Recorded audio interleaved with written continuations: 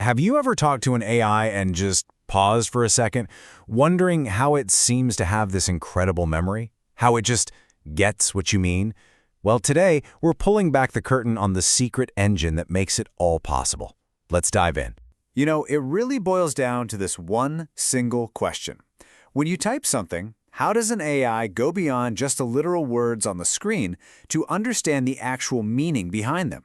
The answer, it turns out, is a totally revolutionary kind of database. But, before we get to the solution, we really have to understand the problem. And that problem starts with a frustration that I think we've all felt with old-school keyword-based search.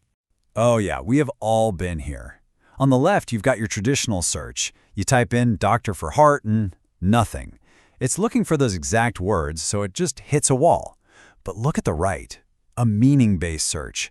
It understands your intent. It knows you're looking for a cardiologist. That's the answer you actually wanted. So here's the bottom line. Traditional databases are kind of like a very, very literal librarian. They can only find a book if you give them the exact title. They can't help you if you're like, hey, I'm looking for that book about the wizard kid with the lightning bolt scar. They just don't get the context. They don't have that deeper understanding. Okay, so if the problem is this total lack of understanding, then the solution has to be a system that's built from the ground up to store and retrieve meaning. And that, my friends, brings us to the vector database. All right, the core building block of this whole thing is something called a vector. And please, don't let the name scare you. A vector is really just a long list of numbers. But here's the key. It's a special list of numbers that an AI creates to mathematically represent a concept. And that concept could be anything. A word, a whole sentence, an image, even a piece of music. So how does that work? Well, an AI model takes a piece of data, let's say the word puppy, and it basically translates it into one of these vectors. Think of it like a unique numerical fingerprint. This fingerprint, this vector, then gets stored as a single point in this huge multidimensional map we can call meaning space. And what you end up with is something that acts a lot like a digital brain.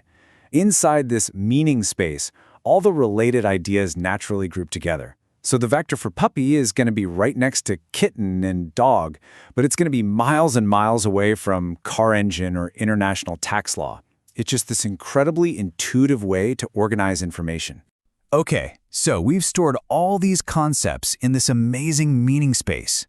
But how does the AI actually use it to find what you're looking for? Well, this is where the real magic happens. It's something called similarity search. The whole game has changed. We are no longer playing match the exact word. Instead, the AI is playing a game of proximity. It's searching for the vectors that are mathematically closest to your question in that big map of meaning. Just look at this example. The phrase Eiffel Tower and the phrase famous Paris landmark, they use completely different words, right? But the concept, the meaning, is pretty much the same. They're neighbors. A vector database gets that, so their numerical fingerprints, their vectors, are sitting right next to each other.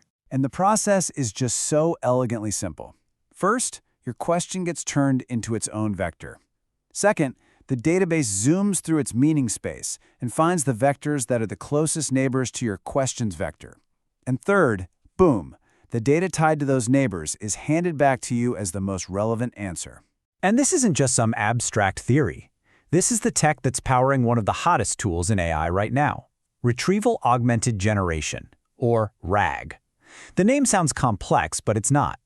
The AI retrieves relevant info from a source, and then it uses that to augment or, improve the answer it generates for you.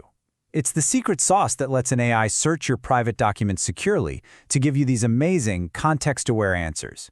So let's pull this out of the abstract and into the real world, because you might be surprised to find out that you are already using this technology all the time, every single day, probably without even realizing it. Seriously? Think about it. When you type a vague search into Google or YouTube and it just gets it, that's vector search.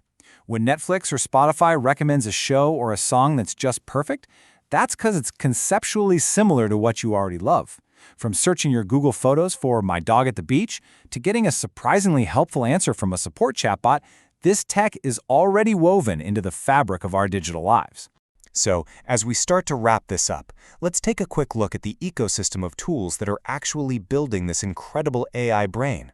This modern-day memory palace where concepts, not just words, are being stored. And this is not some niche little thing. It is a booming field. You've got major players like Pinecone, which is geared for big enterprise stuff. You've got open source options like Weaviate and super developer-friendly tools like Chroma. But what's really amazing is that this whole diverse ecosystem Is all built on just one single, incredibly powerful idea, turning meaning into math. So the next time an AI gives you that perfect, insightful, almost magical answer, you'll know what's happening under the hood. It's not just a simple database lookup. You are literally witnessing a memory being retrieved from a vast and beautifully organized palace of ideas. It's not just storage, it's the birth of an AI's memory.